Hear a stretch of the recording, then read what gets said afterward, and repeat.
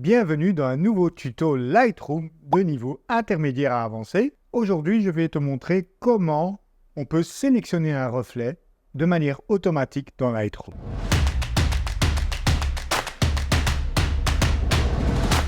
Alors, ce tuto suppose que tu es un peu familier avec les masques parce que je ne vais pas expliquer tout le fonctionnement des masques en détail et donc juste montrer les étapes nécessaires à la sélection de ce reflet.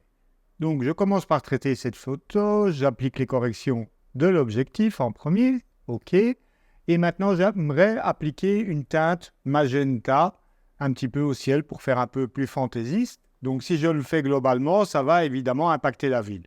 Donc, je vais le faire juste sur mon ciel, je sélectionne les masques, je sélectionne mon masque de ciel. Jusqu'ici, rien de bien nouveau. Et je viens donc sur couleur. Et je vais agir sur nuance qui permet donc de basculer soit à gauche vers le vert, plus cyan, ici donc, ou plus vers le magenta. Voilà, je vais vers le magenta, mais maintenant l'eau n'a pas pris cette teinte-là, puisque seul le ciel, comme tu peux le voir ici en vert, est impacté par mon masque de ciel. Et si je demande à Lightroom de me faire l'inverse du masque de ciel, eh bien il va me sélectionner la ville avec, etc.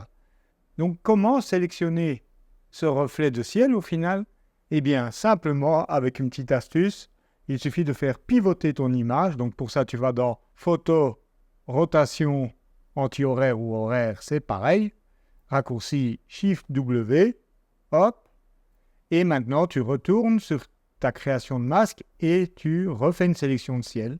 Et comme tu peux le voir, Lightroom a été dupé, puisque tu as retourné la photo, il t'a sélectionné le reflet.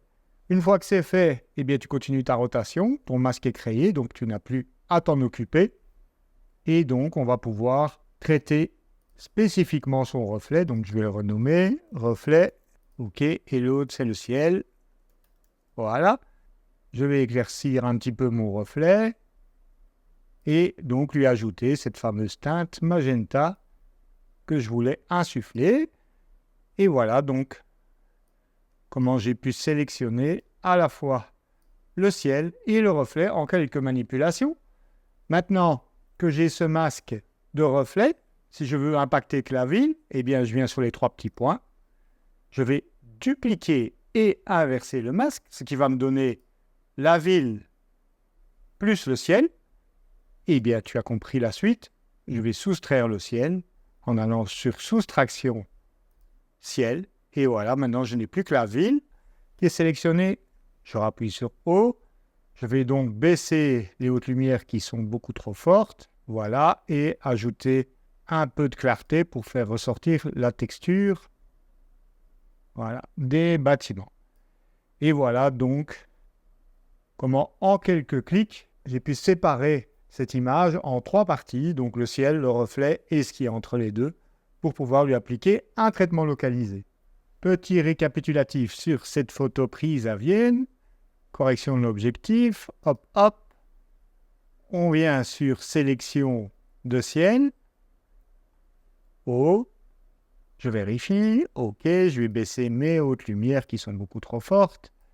Voilà. Ajouter un peu de correction de voile dans l'onglet Effet.